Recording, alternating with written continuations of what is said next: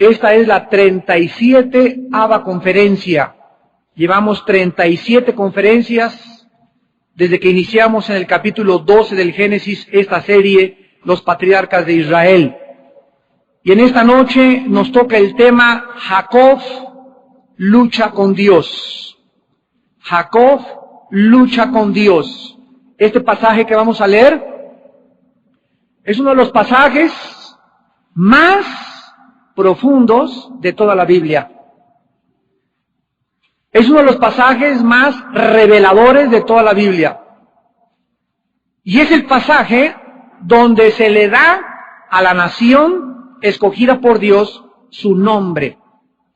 Y vamos a ver todo lo que se encuentra detrás del nombre hebreo Yisrael, que se tradujo Israel. Dice Génesis 32, del 22 al 32, se levantó aquella noche y tomó sus 2 mujeres, sus 2 siervos y sus 11 hijos y pasó al vado de Jacob. Los tomó pues e hizo pasar el arroyo a ellos y a todo lo que tenía. Así se quedó Jacob solo y luchó con él un varón hasta que rayaba el alba. Y cuando el varón vio que no podía con él, tocó en el sitio del encaje de su muslo y se descoyuntó el muslo de Jacob mientras con él luchaba. Y dijo: déjame, porque raya el alba. Y Jacob le respondió: no te dejaré si no me bendices. Y el varón le dijo: ¿cuál es tu nombre? Y él respondió: Jacob. Y el varón le dijo: no se dirá más tu nombre Jacob, sino Israel, porque has luchado con Dios y con los hombres y has vencido. Entonces Jacob le preguntó y dijo: declárame ahora tu nombre. Y el varón respondió: ¿por qué me preguntas por mi nombre? Y lo bendijo allí. Y llamó Jacob el nombre de aquel lugar Peniel, porque dijo: vi a Dios cara a cara y fue librada mi alma. Y cuando había pasado Peniel, le salió el sol y cojeaba de su cadera. Por esto no comen los hijos de Israel hasta hoy día del tendón que se contrajo, el cual está en el encaje del muslo, porque tocó a Jacob este sitio de su muslo en el tendón que se contrajo. Cualquiera que sea el problema que enfrentemos en la vida, el que sea la solución siempre, siempre, siempre, siempre, será la oración. Muchos de nuestros problemas resultan a veces en separaciones, divorcios, aislamiento, relaciones rotas, malos negocios, pérdida de un hijo, abandono de los hijos, problemas con los hijos y la necesidad por la paz en la casa, la paz en nuestra vida y la reconciliación muchas veces parecen imposibles. Pero la oración que prevalece, la persona que aprende a luchar con Dios en oración y a no darse por vencida, es la persona, es el cristiano que va a conocer lo que significa tener victoria de rodillas. En Lucas capítulo 11, versículo del 9 al 10, Cristo dijo: y yo les digo, pedid y se os dará. Busquen y hallaréis. Llamen y se os abrirá. Porque todo aquel que pide, recibe, y el que busca, halla, y al que llama, se le abrirá. Cristo nos está hablando la palabra de su Padre, porque Jesús era Dios en la carne. Y Cristo nos dice 3 cosas: pidan, busquen y llamen. Esto implica acción de nuestra parte. Y cuando nosotros pedimos, tenemos que pedir conforme a la voluntad de Dios. Cuando busquemos, tenemos que saber qué estamos buscando, y cuando llamemos, tenemos que saber a quién le estamos tocando la puerta. En Lucas 18, versículo 1, Cristo mismo les dice a los discípulos, enseñándoles una de las lecciones más importantes, la parábola sobre la necesidad de orar siempre y no desmayar. Lucas 18:1, sobre la necesidad de orar siempre y no desmayar. El hecho que no te haya contestado Dios la semana pasada y tengas un mes orando, no significa que dejes de orar. Y esta es la grande lección y el grande retrato de Jacob en este pasaje, porque Jacob enfrentaba una crisis y una situación que parecía imposible de solucionar. Jacob se encontraba en una crisis profunda, en una agonía de espíritu tremenda. Se encontraba deprimido espiritualmente y no sabía qué hacer. Jacob sabía que en estas circunstancias solo había una sola solución: buscar a Dios en oración. Él creía que iba a morir si Dios no le ayudaba y rehusó darse por vencido hasta que Dios le contestara. Qué lección para todos nosotros en esta noche lo que vamos a aprender. Porque cuántos de nuestros problemas y graves desesperanzas podrían ser arreglados si tú tan solo insistieras un poco más en seguir orando. Regresamos a Génesis 32 y dice el versículo 22 y 23, que Jacob se levanta en la noche, tal vez no podía dormir, serían las 11, 12 de la noche, traía una carga tremenda, como cuando nos levantamos en la noche por una carga que no nos deja dormir, y como sabía quién era la única persona que le podía ayudar, se entregó en esa noche a la oración. Entonces lo que hizo fue tomar a su familia y la cruzó al otro lado del arroyo y dejó a la familia de aquel lado del arroyo mientras él se quedaba, o sea, no quería despertar a nadie, que lo molestara a nadie, y él quiso quedarse al otro lado del arroyo para que pudiera interceder sin distracciones de la familia y de ningún trabajador. La primera lección que vamos a aprender en esta noche es que para orar necesitamos estar a solas con Dios. Porque Dios, cuando oramos, anhela toda nuestra atención.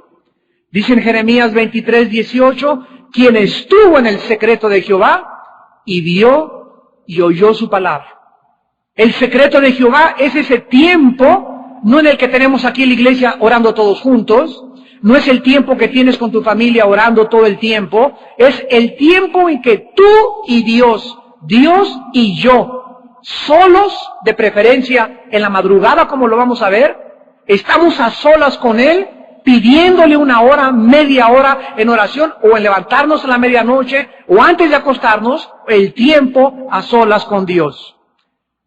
En Marcos capítulo 1, versículo 35, el Señor Jesucristo, dice la Biblia, se levantaba aún cuando era noche a un lugar desierto y allí oraba. En Marcos 6:46 dice la Biblia, y después que los hubo despedido, se fue al monte a orar. La vida de Cristo se caracterizó por la oración. Y antes de que enfrentara en la mañana los problemas y la gente que necesitaba ser sanada y los demonios que tenía que echar fuera y las necesidades de los apóstoles y los mensajes que tenía que compartir, Cristo pasaba tiempo a solas con su Padre. Nunca tu vida cristiana será más elevada que tu vida de oración. Nunca alcanzarás en la vida cristiana un nivel ni pasarás a la secundaria de la escuela espiritual si tu vida de oración es débil y no es lo suficientemente fuerte para que tú puedas saber perfectamente bien que vives y tienes comunión con Dios todos los días. Si yo les preguntara ahorita, sin que levante nadie la mano, ¿cuántos de ustedes oran 1 hora diaria? Así con todo tu corazón delante de Dios que te está viendo, podrías decir tú en esta noche, Padre, sí, yo soy una persona que paso 1 hora diaria, yo te contesto inmediatamente. Si tú oras 1 hora diaria, eres un cristiano a medias. Eres un cristiano, como dicen en inglés, average. Eres un cristiano promedio normal, tienes 7 de calificación. 1 hora es lo que un cristiano normal ora todos los días, un cristiano ordinario. Y puede ser media hora en la mañana, media hora en la noche, o puede ser 20 minutos en la mañana, 20 en la tarde y 20 en la noche. Pero si tú tienes diario un tiempo de oración, donde me dices, tengo una hora, de las 18 horas diarias que tengo, no le estás dando a Dios el diezmo de la oración. Muchas veces creemos que el diezmo es solamente dinero. Pero cuando Dios dice en Mateo 6:33, busquen mi reino primero y su justicia, está hablando que todo aquello del día que yo tengo son 18 horas diarias. ¿Cuál es el 10% de 18 horas? Casi 2 horas. El 10% de 18 son casi 2 horas. Y si no le doy a Dios ni el 5% de mi tiempo, porque no he aprendido a disciplinarme y a desarrollar el hábito de la oración, entonces toda mi vida, cuando le rinda cuentas a Dios, me va a sumar Dios todo el tiempo que pasé con Él. Y si tú sumas 1 hora diaria, al mes son 30 horas. Lo multiplicas por 12 al año, por 12 meses, ¿y cuánto tiempo le estás dando a Dios de tu vida? Y tenemos que estar conscientes de esto, que fuimos llamados por Dios para que tuviésemos comunión con su Hijo Jesucristo. Dios nos sigue esperando. Dios le dice en esta noche, te sigo esperando, hijo mío. Te sigo esperando, hija mía, a que entiendas que la vida cristiana no es tantas actividades, sino más tiempo conmigo. Las actividades son la segunda prioridad, no la primera. En Hebreos capítulo 4, versículo 15 al 16 dice la Biblia, porque no tenemos un sumo sacerdote que no pueda compadecerse de nuestras debilidades, sino uno que fue tentado en todo según nuestra semejanza, pero sin pecado. Acerquémonos pues confiadamente al trono de la gracia para alcanzar misericordia y hallar gracia para el oportuno socorro. Dice la Biblia que los que se acercan diario a Dios, al trono de su gracia, lo hacen porque saben que tenemos ya la entrada, el camino pavimentado por la sangre de Cristo para entrar al lugar santísimo, ya sin ningún intermediario, sin ningún santo, sin ningún sacerdote, sin nadie. La sangre de Cristo nos permitió abrir a través del velo, que era su cuerpo, su carne, y entrar para obtener gracia. Entonces aquí tengo abajo necesidades, yo soy muy débil, somos débiles en la carne, problemas con los hijos, problemas con el suegro, problemas con la familia, problemas con el trabajo. Necesitamos del cielo bajar los recursos, bajar la fuerza, bajar la sabiduría para poder enfrentar en el oportuno socorro, en el momento que yo necesito esa ayuda, la necesito tener de parte de Dios. Pero si se me está cayendo en la casa y, Señor, ayúdame, y toda la semana pasada no la pasé en oración con Él, ¿cómo quieren que Dios nos conteste? Dios no es Aladino y la lámpara maravillosa. Tenemos que conocer a Dios, pueblo de Dios, para hallar gracia en el oportuno socorro. Significa que cada vez que necesitemos aquí abajo una provisión, necesito trabajo, necesito saber si esa muchacha es para mí, para casarme, necesito saber si voy a comprar esa casa, las decisiones que necesito tomar, necesito en ese momento, en el momento de hacer la decisión, la gracia de Dios. Y la gracia de Dios no me viene automáticamente en ese momento, Señor, ayúdame. No, te contesta Dios. Porque te he buscado para que vengas conmigo y no has tenido tiempo, me llamarás y no responderé. Me buscarás de mañana y no me encontrarás, por cuanto rechazaste la sabiduría y mi temor no quisiste. Mas el que me oyere habitará confiadamente sin temor del mal. Proverbios 1, 24 hasta el final. Tenemos que conocer a Dios. ¿Cómo funciona esto? En segundo lugar, en Génesis 32, 24, ya que Jacob se aísla y pasa un tiempo a solas con Dios, veamos la segunda lección. Así se quedó Jacob solo y luchó con él un varón hasta que rayaba el alba. Con una profunda agonía en su alma, Jacob comenzó a derramar su corazón delante de Dios. Sabía Jacob que Dios estaba ahí. Pero no, Dios no le contestaba su oración y no le quitaba su agonía ni sus temores. Y tampoco le daba a ese Dios la seguridad de su liberación. ¿Por qué? Ya estuvo toda la madrugada Jacob luchando. Señor, Señor, Señor, ayúdame, por favor, te lo suplico. Esta agonía, esta carga que tengo sobre mi vida. Y sabía que ahí estaba Dios, pero no le contestaba a Dios. Y la pregunta es ¿por qué? Solo hay una sola razón para que Dios no nos conteste. Y se llama pecado. Una sola razón para que Dios no nos conteste. Y se llama pecado. Salmo 66, 18.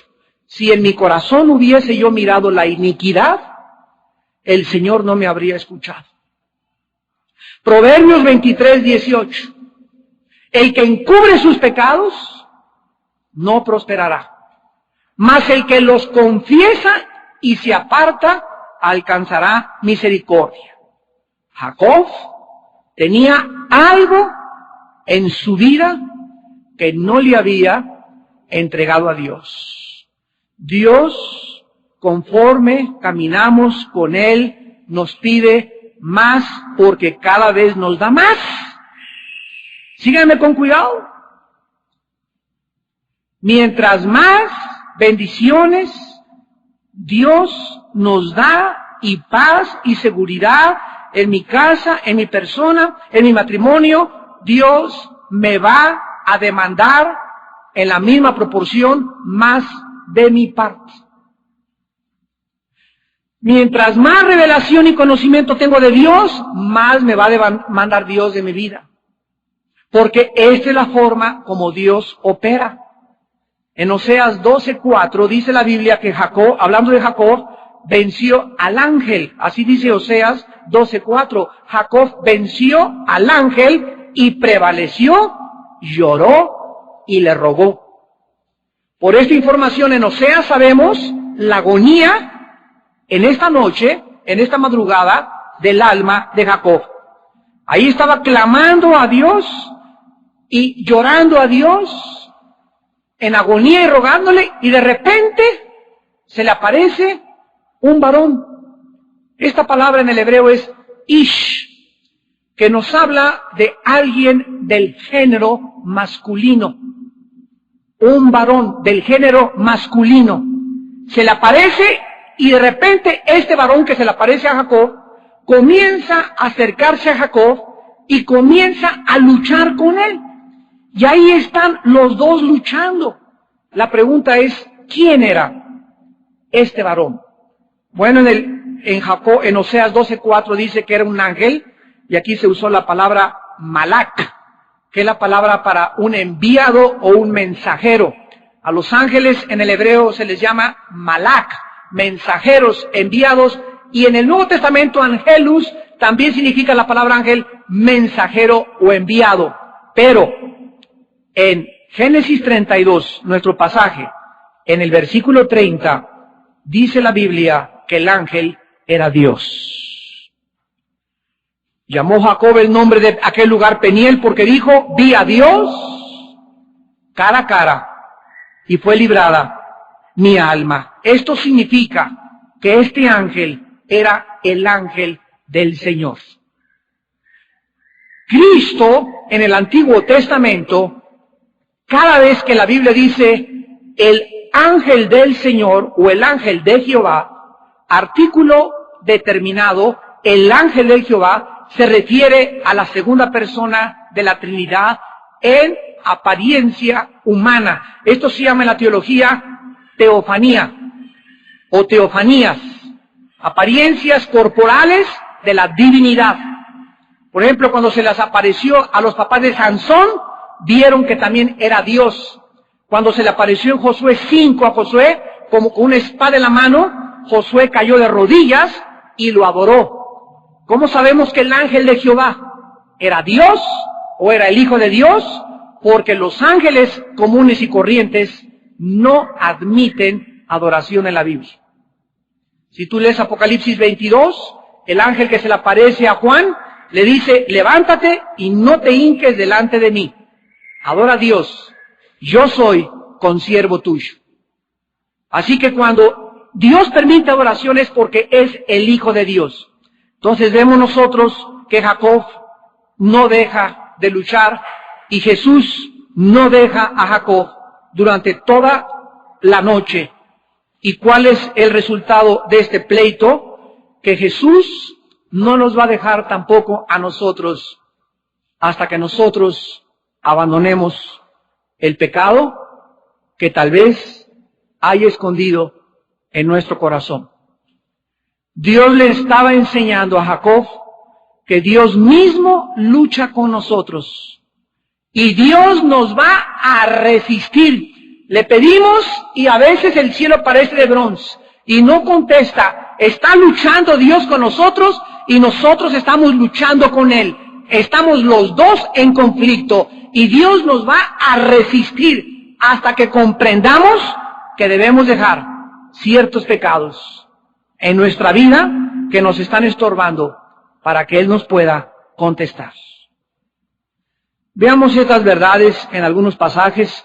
Por ejemplo, en Isaías capítulo 59, versículos del 1 al 2, le dice Dios a la nación de Israel, Isaías 59 del 1 al 2, he aquí, no se ha acortado la mano de Jehová para salvar, ni se ha agravado su oído para oír, pero vuestras iniquidades han hecho. ¿Qué cosa? Esta palabra división en el hebreo es barrera de separación. Hay una barrera en el momento que tú te acercas a mí, dice el Señor, en pecado. Esta barrera, esta división y tus pecados han hecho ocultar de vosotros su rostro para no oír. La única razón por la cual Dios no nos va a contestar es porque en nuestra vida hay un pecado que nosotros sabemos cuál es. Y que Dios te puso el dedo en la llaga este domingo en el mensaje. Dios te puso la llaga el domingo pasado en el mensaje de tu pastor en la predicación. Dios te puso la llaga en el estudio bíblico hace un mes. Y tú fuiste tardo para oír. Tú no quisiste tratar con ese pecado. Dios te dijo, ya van 3 veces que te menciono ese pecado y pareciera que te estoy hablando directamente a ti y te has hecho tarde para oír. Por lo tanto, cuando vengas a mí, no te voy a contestar. Y es horrible porque el cristiano que se encuentra en esta situación comienza a darse cuenta que ya nada le sale bien, le pide a Dios una cosa y no le contesta a Dios, ya no tiene paz. Y el cristiano, en lugar de que caiga arrepentido, si eres hijo de Dios, hija de Dios, y en agonía le digas, oh Dios, escudriñame. Mira, Señor, muéstrame cuál es el área de mi vida en la cual hay pecado, porque quiero limpieza, quiero purificación, quiero consagrarme. A ti no te puedo mentir. Señor, revélame esto. Nada más con esta actitud, Dios te puede revelar y te puede perdonar. Pero si tú no haces eso, comienzas a endurecerte. Dice la Biblia que la persona que se aparta de Dios comienza a juzgar a los demás.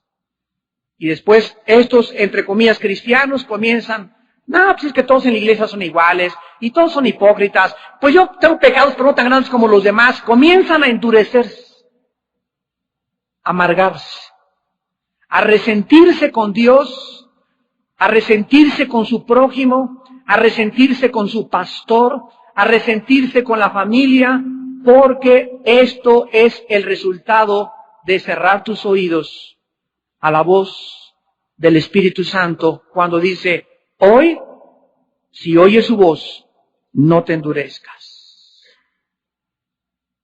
En Jeremías 17, versículo 10, dice la Biblia, yo Jehová que escudriño la mente, que pruebo el corazón para dar a cada uno según su camino, según el fruto de tus obras.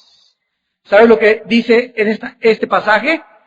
Que lo que hoy te sucedió, lo que te va a suceder mañana, el fruto que recojas en esta semana, el fruto que recojas hoy, la paz y la tranquilidad que hoy tengas, el gozo que tú tengas hoy, todo es el resultado de lo que sembraste hoy, antes de esta hora, ayer, antier y la semana pasada. Todo lo que te encuentres en el camino, si encuentras espinos y hoyos y confusión, es porque traes cola. Les doy el fruto de sus obras. Todo lo que nos encontramos en la vida es el fruto de lo que sembramos en los días pasados. No hay nada que no sembremos que no recojamos. Y es una ley inexorable espiritual.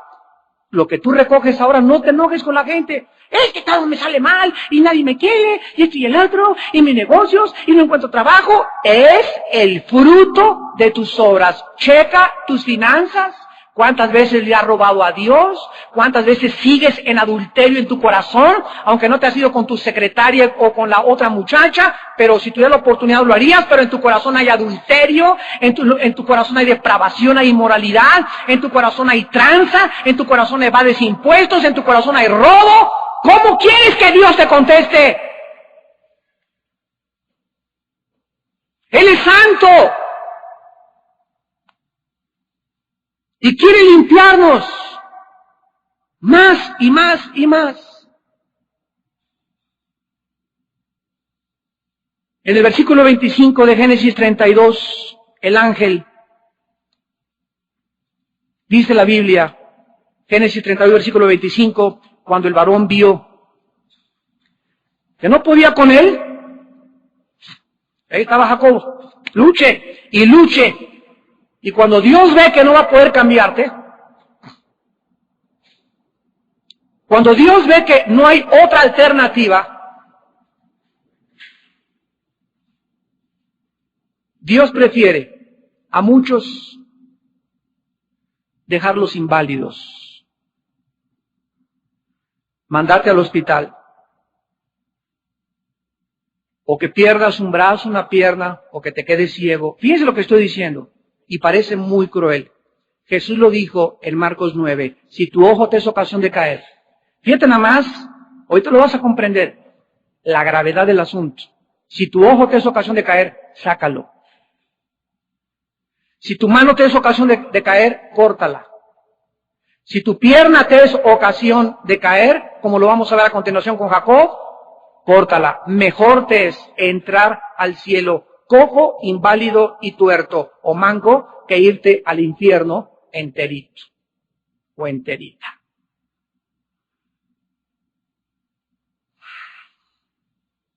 Jacob nunca había aprendido esta lección. Y este era el principal pecado de su vida. Toda su vida Jacob había sido autosuficiente. Toda su vida él había podido resolver sus problemas. Había sido muy responsable, era una persona responsable y además toda su vida había sido muy independiente. Había sido un hombre sabio para los negocios y Dios le había prosperado y le había bendecido grandemente. Jacob decía, Señor, tú y yo hemos hecho un grande equipo. Y todo le había salido bien y las cosas que le habían salido mal, Dios lo había guardado.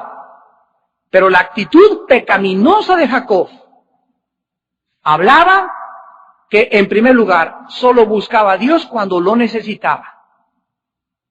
2, solo buscaba a Dios cuando surgían emergencias. Y 3, solo buscaba a Dios cuando parecía que las cosas se salían de control. ¿Eres tú igual a él? Y una de las cosas que acostumbro cuando aquí ministramos a ustedes y oramos por ustedes, a la persona que me toca orar por ella, siempre les pregunto, ¿cómo está tu relación con Dios? Hermano, me duele aquí, que me duele acá, que por aquí, que por allá. ¿Cómo está tu relación con Dios? ¿Eres una persona que cuando tienes una enfermedad, Señor, ayúdame? ¿Ese es tu Dios? ¿Es una persona que solamente cuando hay emergencias, oren por mi hijo y por mi esposo que nos estamos divorciando? ¿Ese es el Dios que tú crees que es? Que solo cuando las cosas ya no tienen control y estás desesperado, hermanos, por favor, ayúdenme. ¿Qué revela esto? Que ese Dios que tú buscas, lo buscas solamente para tus necesidades. Cuando tienes urgencias, cuando las cosas no están fuera de control y cuando parece que nadie hay que te puede echar la mano, es cuando le gritas. Y Jacob aprendió esta lección en su vida. Jacob debía aprender. Y la tercera lección en esta noche, que debemos depender de Dios todos los días. Que no hay fuerza, ni inteligencia, ni sabiduría, ni quien nos libre, ni quien nos sane, ni quien nos proteja, y ni quien nos dirija más que Dios.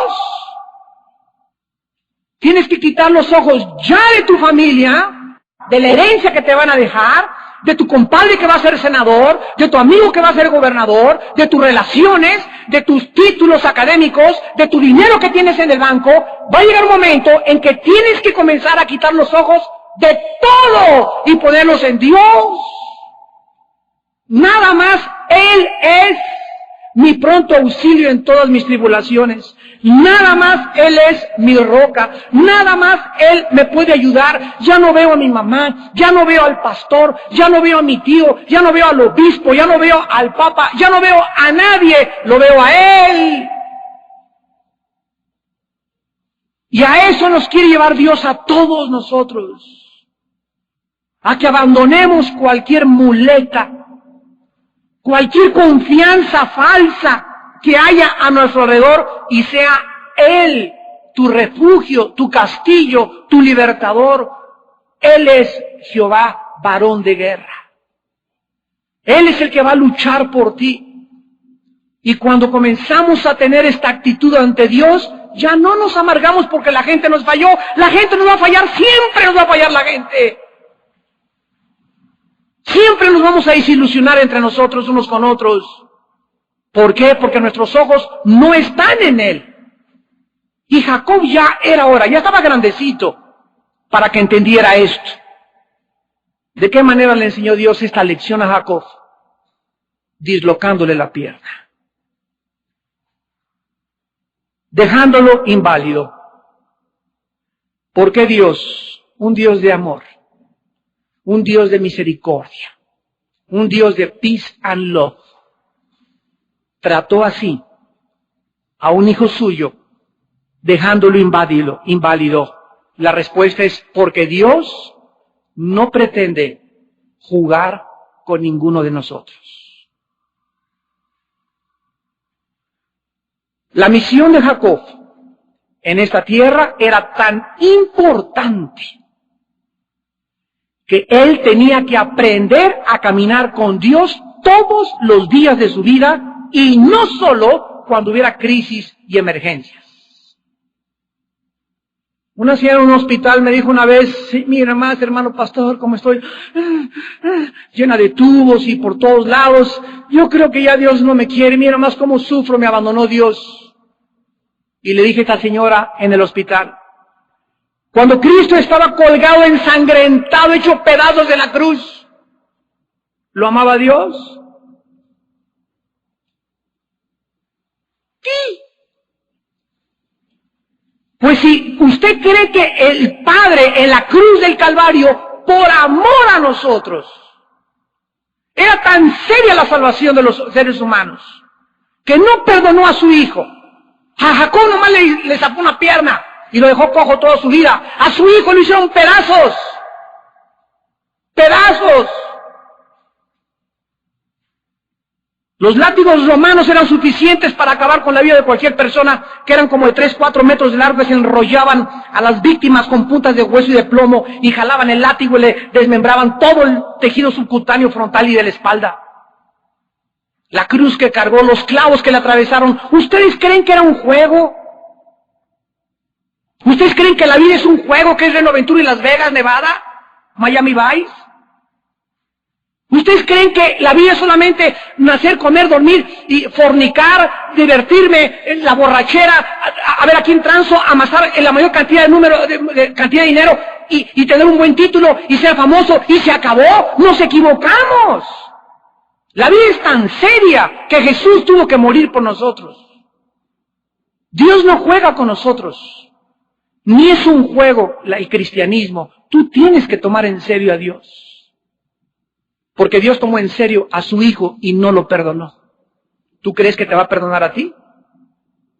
¿Crees que tanto te ama Dios que Él prefiere que te quedes inválido, que te quedes sin esposo, que te quedes sin esposa, que te pase algo o que te vayas a la cárcel o que te llevemos portas al reclusorio? Dios prefiere 1000 veces a nuestros hijos dejarlos lisiados o antes de que sea drogadicto mandarlo a un psiquiátrico o que acaben y que les echen 10 años en la cárcel y ahí guardados nada más, ahí se tienen que quedar para que aprendan la lección. Dios prefiere hacer eso a que nos perdamos. Dios prefiere quitarte tu casa. Dios prefiere lastimarnos y llamar nuestra atención antes de que perdamos nuestra alma. ¿Qué dice el Salmo 32?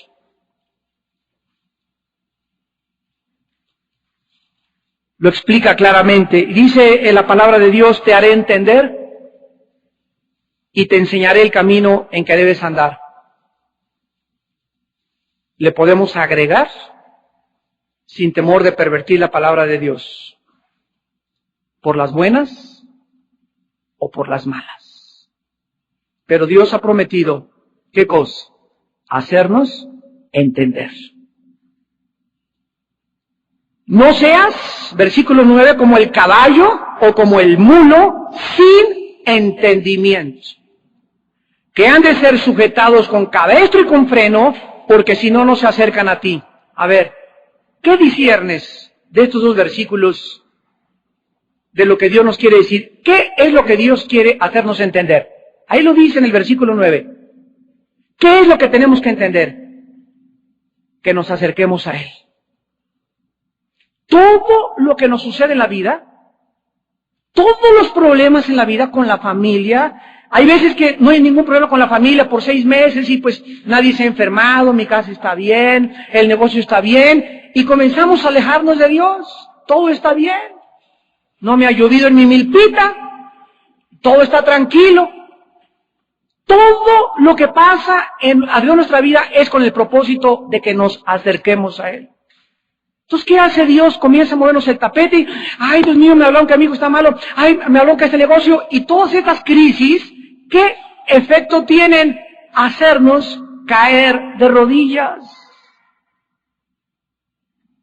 Oh Dios, se muere mi hija. Oh Dios, me quedé sin trabajo. Oh Dios, el hospital.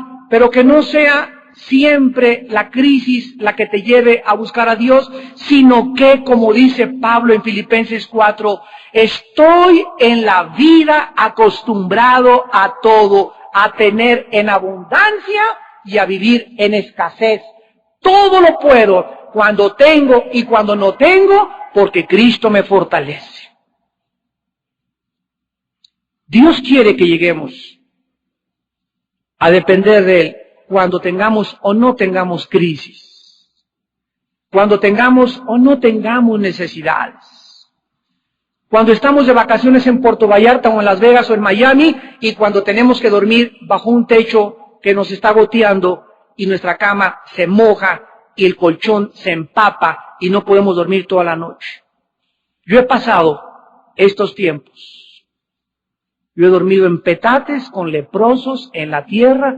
Los primeros 3 años de mi vida cristiana estuve de misionero en las montañas de Guerrero y allá pasé por todas estas pruebas que Dios tenía que atravesarme para enseñarme más tarde lo que a Jacob le enseñó, a depender de Él en las buenas y en las malas. Ustedes no crean que es fácil ser líder espiritual cristiano. Cuando alcanzamos un lugar en el liderazgo de Dios, no fue de la noche a la mañana. No fue de repente. No fue automático.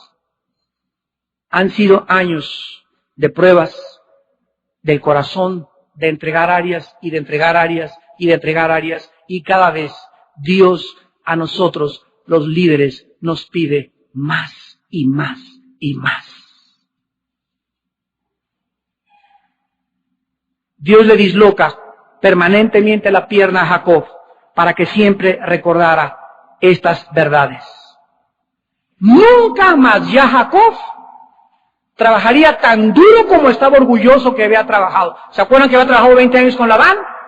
Y aquí en este momento Jacob, no, yo he sido un hombre responsable y he trabajado duro y me ha ido bien. Ahora cojo, no iba nunca a tener que trabajar, porque en aquel tiempo no había trabajos de oficinistas, ni de computadoras. Allá todo era agarrar el martillo, ¿verdad? Y el asadón, y la tierra, y la agricultura. No había trabajos como los de ahora. En segundo lugar, nunca más Jacob iba a confiar en el brazo de su carne para tener éxito. Nunca más Jacob iba a enfrentar ahora a ningún hombre para pelear y ganarle. Nunca más Jacob iba a enfrentar los peligros del mundo en su carne, y ahora dependería 100% del poder de Dios. ¿Tú te has sentido también alguna vez lisiado, inválido, imposibilitado de actuar? ¿Has atravesado situaciones en las que has volteado y nadie te puede ayudar? ¿Sabe una cosa? Que Dios nos ha diseñado de esa forma para que aprendamos todos en esta vida que todos nacimos inválidos. Todos nacimos lisiados. Todos hemos nacido incapaces de ayudarnos a nosotros mismos. Por esta razón, la Biblia nos compara con las ovejas. No nos compara con los búfalos, ni tampoco el rebaño de Dios es un rebaño de chivos, ni de caballos, ni de toros, ni de vacas, sino de ovejas. Porque las ovejas son el único animal que requiere un pastor para que puedan sobrevivir. Tú puedes ver en el campo caballos, vacas, toros, chivos sueltos y no hay pastor, pero nunca verás un rebaño de ovejas sin un pastor. En segundo lugar, las ovejas son los animales más indefensos. Son los animales más indefensos para sobrevivir en la vida. Las ovejas son tan tontas y tan indefensas que si la metes a un barril, en lugar de que se eche en reversa, se cae dentro del barril. Ahí se queda hasta que el pastor venga y la saca. Una oveja que se sale y se brinca el rebaño no tiene velocidad para correr, no tiene pezuñas para defenderse, no tiene dientes para morder, no tiene nada. Ahí se queda inmóvil, impávida, y llega el lobo y la devora. Son tontas, estúpidas, mensas, taradas, frágiles, débiles, y es exactamente nuestro retrato sin Dios.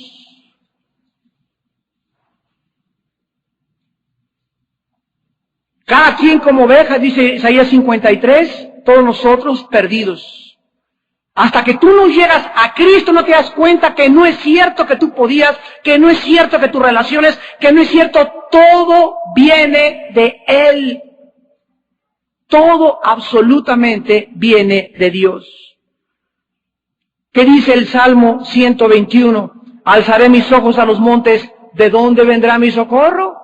Ah, ya sé, de mi compadre, el senador, de la herencia que me van a dejar, ya me garantizan el futuro, la casita que me deja mi mamá, pues ya me garantiza la comida, la herencia que me deja mi esposo, si nuestro corazón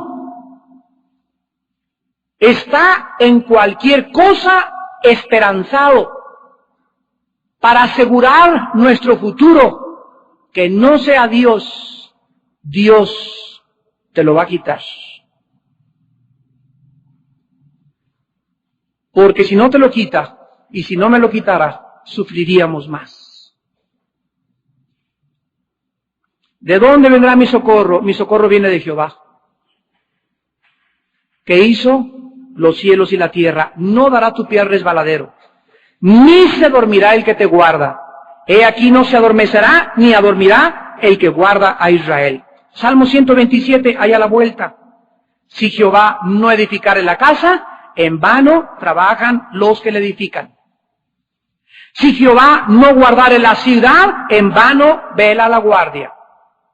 si Dios no es el que cuida mi futuro, si Dios no es el que me garantiza mi futuro, si Dios no es el que vela por mis hijos, si Dios no es el que vela de mis enemigos, si Dios no es el que me manda el dinero, si Dios no es el que me da la salud, entonces ¿quién es?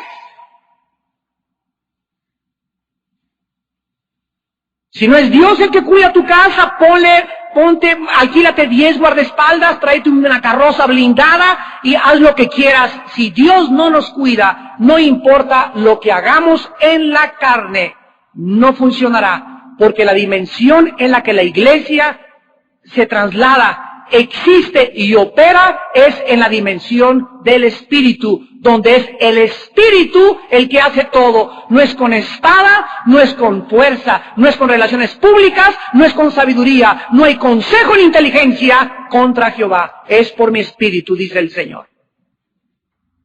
Tú tienes que aprender esto. Y yo también. Y terminamos, dice el versículo 26 en adelante, de Génesis 32, que entonces el varón Jesús se aferró, Jacob de él, ya le habían dislocado el muslo, la pierna, y entonces le dice Jesús a Jacob, versículo 26, déjame porque raya el alba. Y Jacob le respondió, no te dejaré si no me bendices. Jacob rehúsa dejar a Dios. Noten algo. Jesús pudo haber usado su fuerza sobrenatural, imagínense, ¿no? Ahora sí que no es ni luchar ni contra Sansón ni contra Rambo, ni más ni menos es Dios. Dios pudo haber hecho, quítate, ¿no? Sin embargo, Jesús rehúsa ganarle a Jacob.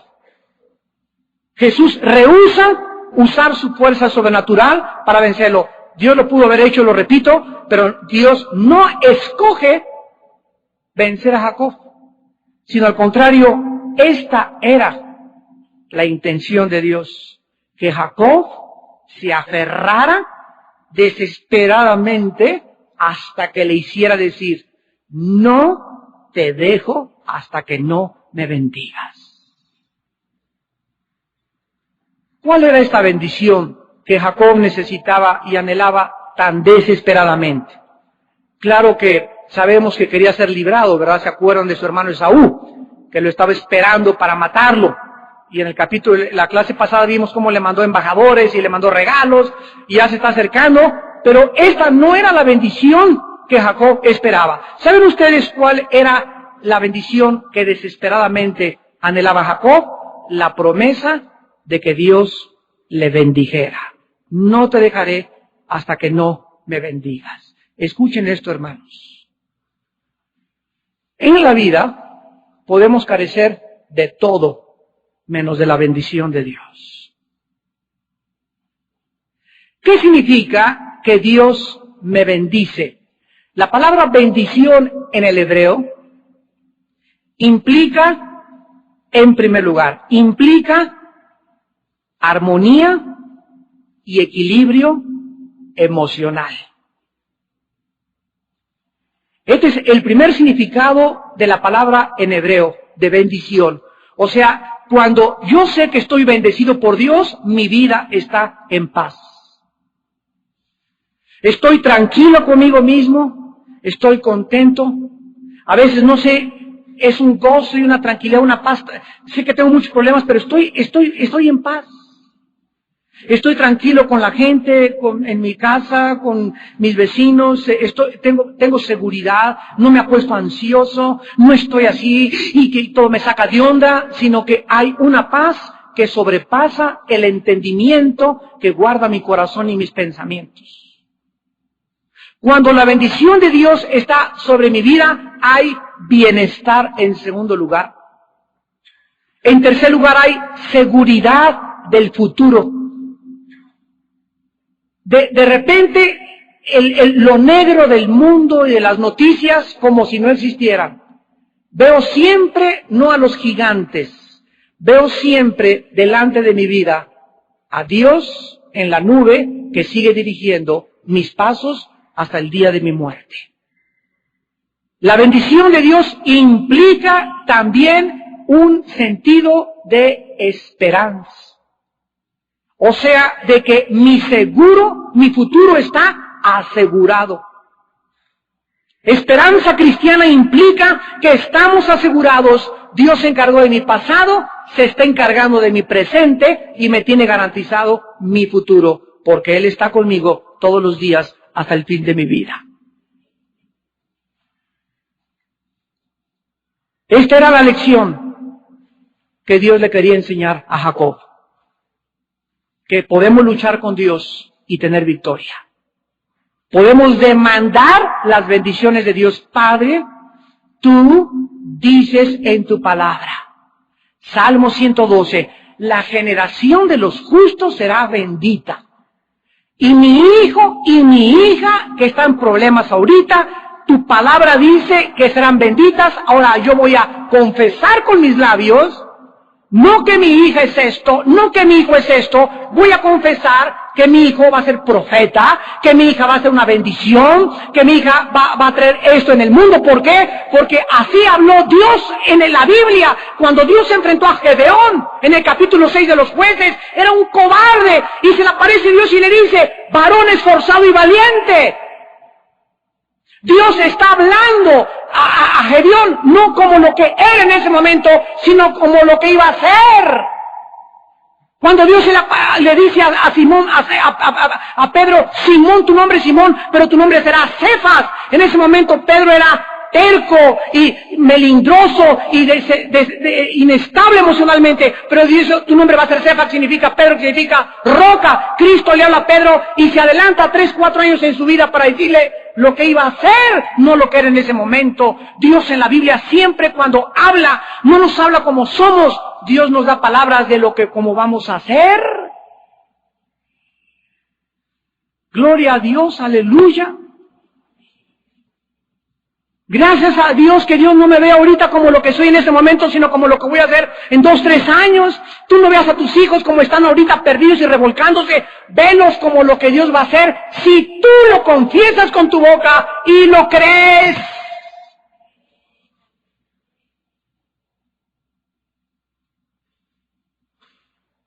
Dice el versículo 27 y 28, el varón le dijo, ¿cuál es tu nombre? Él respondió, Jacob. Y entonces el varón le dice, no se dirá más tu nombre Jacob, sino Israel, porque has luchado con Dios y con los hombres y has vencido.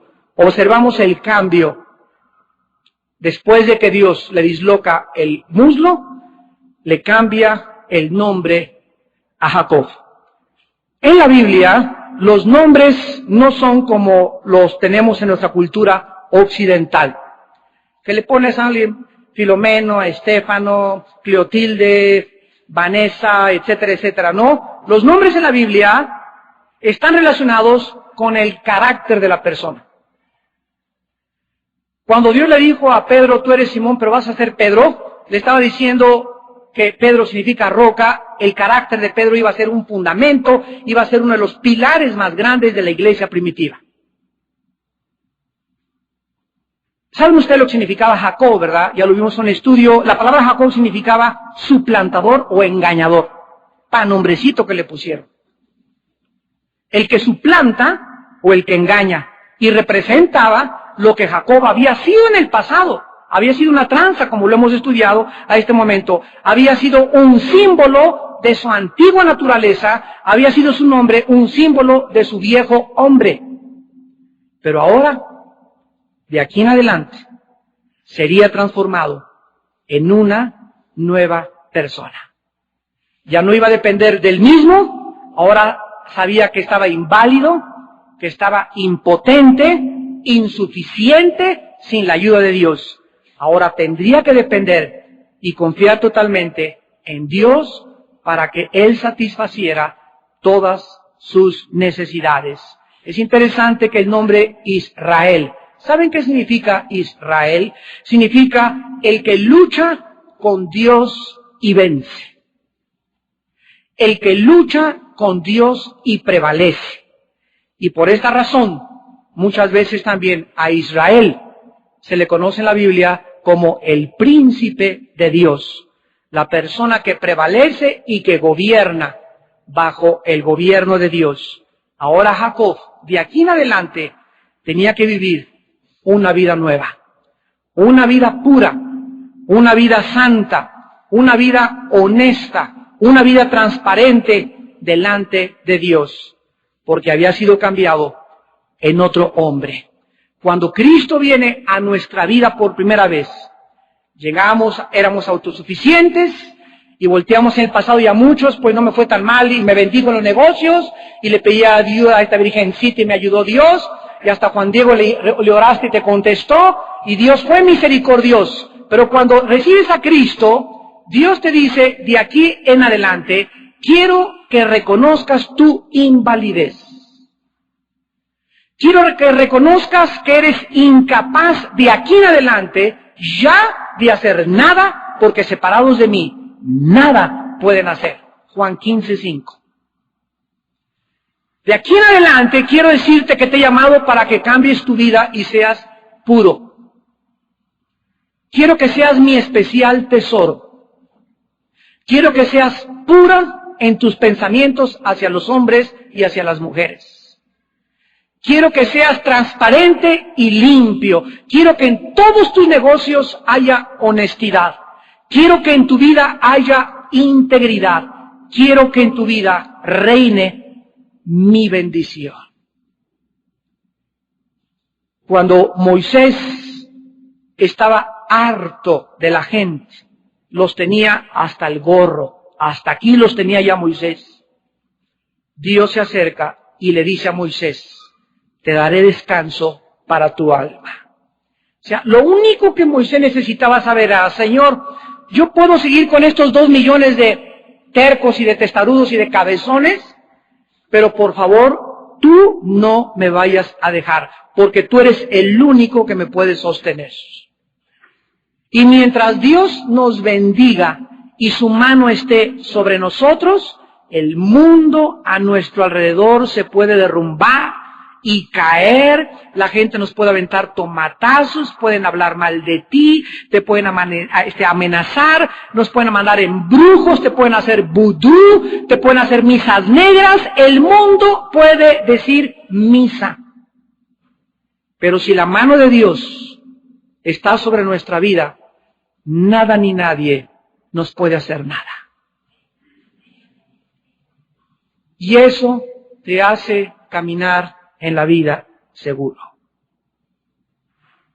Ya no haces caso de nada en la vida, nada te conmueve, nada te saca de onda, nada te mueve el tapete, porque sabes en quién has creído y sabes que Él es fiel para acompañarnos hasta el final de nuestra vida y ayudarnos a hacer la misión que Dios nos ha encomendado. En Efesios 4, 22 al 24, la Biblia nos dice, en cuanto a la pasada manera de vivir, despójense del viejo hombre, que está viciado conforme a los deseos engañosos, y renovaos en el espíritu de vuestra mente. Vístanse del nuevo hombre, creado según Dios en la justicia y santidad de la verdad. Por lo cual, desechando la mentira, hablen verdad, cada uno con su prójimo, porque somos miembros los unos de los otros. Airaos, pero no pequéis. No se ponga el sol sobre vuestro enojo, no den lugar al diablo. El que hurtaba, no hurte más, sino trabaje haciendo con sus manos lo que es bueno, para que tenga que compartir con el que padece necesidad. Ninguna palabra corrompida salga de vuestra boca, sino la que sea buena para la necesaria edificación, a fin de dar gracia a los creyentes. Y continúa, quítense de ustedes la amargura, el enojo, la ira, la maledicencia y toda malicia. Dios nos enseña, santos de Dios, cómo debe ser nuestra vida desde el momento que recibimos a Jesucristo. Y finalmente regresamos a Génesis 32, después de que Dios le da un nuevo nombre a Jacob. En el versículo 29, Jacob le pregunta y le dice al ángel o a Jesús, declárame tu nombre. Y el varón respondió, ¿por qué me preguntas por mi nombre? Y lo bendijo allí. Veamos que no le contesta esta pregunta nacida de la curiosidad. O sea, Jacob le dice, ¿quién eres? Pero no era el momento para que el ángel de Dios, Jesús, le dijera, yo soy Jesús, porque su nombre Jesús se le dio hasta después de que nació de María. Jesús es el nombre humano de la naturaleza humana de Jesús. Cristo, que significa ungido, es el nombre divino, el eterno Hijo de Dios. Jesús es el Hijo de María en su identificación con la raza humana. Y en ese momento, esa pregunta no se la contesta el ángel. Y aprendemos otra lección. Dice Deuteronomio 29:29, las cosas secretas pertenecen a Jehová, mas las reveladas a nosotros y a nuestros hijos. En Daniel 12:4, un ángel le dice a Daniel, sella las cosas del libro y las visiones de Daniel, y no se van a poder entender hasta el tiempo del fin. Así que hace 50 años, los que leían Daniel los cuernos y el oso y el leopardo y el cabrío, etcétera, etcétera, pues jugaban e interpretaban, etcétera, etcétera, pero no fue hasta que Israel, el 14 de mayo de 1948, se independizó como nación ante los ojos estupefactos del mundo entero, cuando hemos comenzado a comprender de hace 50 años a nuestros días las profecías del libro de Daniel. Y finalmente, dice el versículo 30 al 32, los resultados de la oración de Jacob. Llamó el nombre de aquel lugar Peniel, porque dijo, vi a Dios cara a cara y fue librada mi alma. La palabra Peniel significa el rostro de Dios. El rostro de Dios significa Peniel. Y cuando había pasado Peniel, le salió el sol y cojeaba de su cadera. Vemos nosotros que Dios le da dos señales para recordar la experiencia que tuvo de luchar toda una noche con Dios.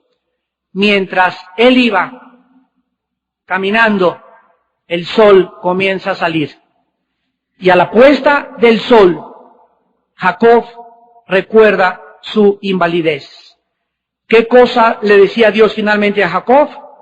Que mientras el sol subiera, él continuaría inválido, pero que jamás volviera a ver su invalidez, sino viera aquel que le da la suficiencia para hacer lo que Dios